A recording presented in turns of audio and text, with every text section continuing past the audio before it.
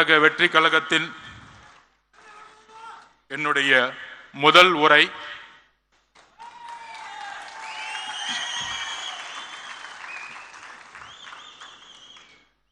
தந்தை பெரியார், புரட்சியாளர் அம்பேத்கர், கர்ம வீரர் காமராஜர், சமூக சீர்திருத்தவாதி அஞ்சலை அம்மாள் அவர்கள், வீரமங்கை வேலுநாச்சியார் அவர்களுடைய கொள்கைகளுக்கும் தியாகங்களுக்கும் என்னுடைய முதற்கண் வணக்கம்.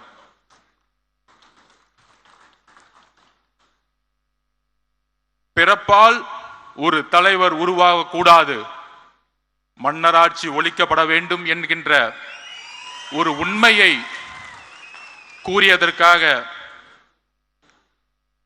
பல்வேறு சூழ்ச்சிகள் என்னை சூழ்ந்த பொழுது ஒரு அழைப்பு வந்தது. தலைவர் அவர்களிடமிருந்து உங்களுடைய இடம், உங்களுடைய கொள்கை தமிழக வெற்றி கழகத்தில் இருந்து துவங்குங்கள் என்று.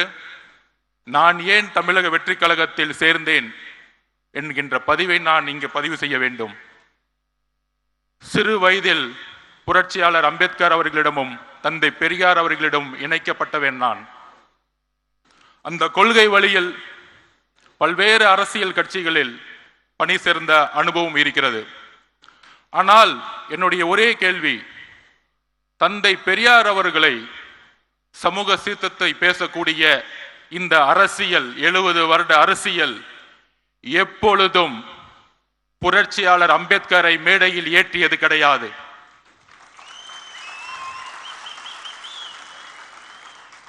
இரு பெரும் தலைவர்கள், அது ஆண் பெண் என்ற பாகுபாடு இல்லாமல் தமிழக வெற்றி கழகத்தின் எந்த ஆளுமையை தமிழகத்தில் தன்னுடைய தியாகத்தை செய்தவர்களை ஐம்பெரும் தலைவர்களாக, கொள்கை தலைவர்களாக நியமித்து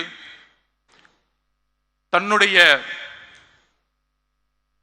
சினிமா என்கின்ற உச்சபட்ச ஒரு பொருள் ஈட்டக்கூடிய ஒரு பொறுப்பையும் துறந்து இந்த கொள்கை வழியில் நடக்க வேண்டும், ஒரு புதிய அரசியலை உருவாக்க வேண்டும். அவரோடு சேர்ந்து உரையாடிய பொழுது எந்த அளவிற்கு கொள்கை ரீதியில் தன்னை உள்வாங்கியிருக்கிறார் என்கின்ற ஒரு புரிதலோடு என்னை தமிழக வெற்றி கழகத்தில் இணைத்துக் கொண்டேன்.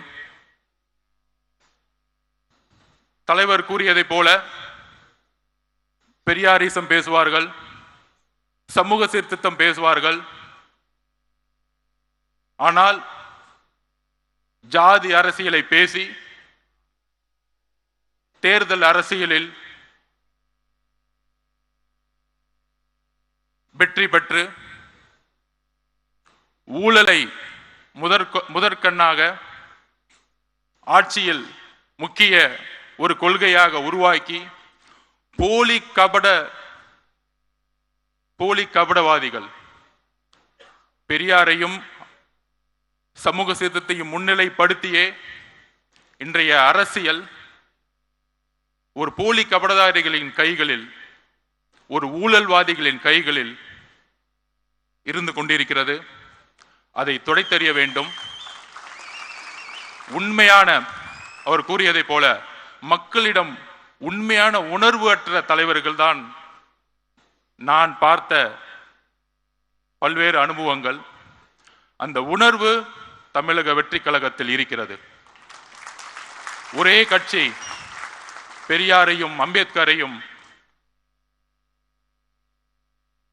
இணைத்து சமூக சீர்திருத்தத்தை உருவாக்கக்கூடிய ஒரு இயக்கமாக பரிணமித்துக் கொண்டிருக்கிறது.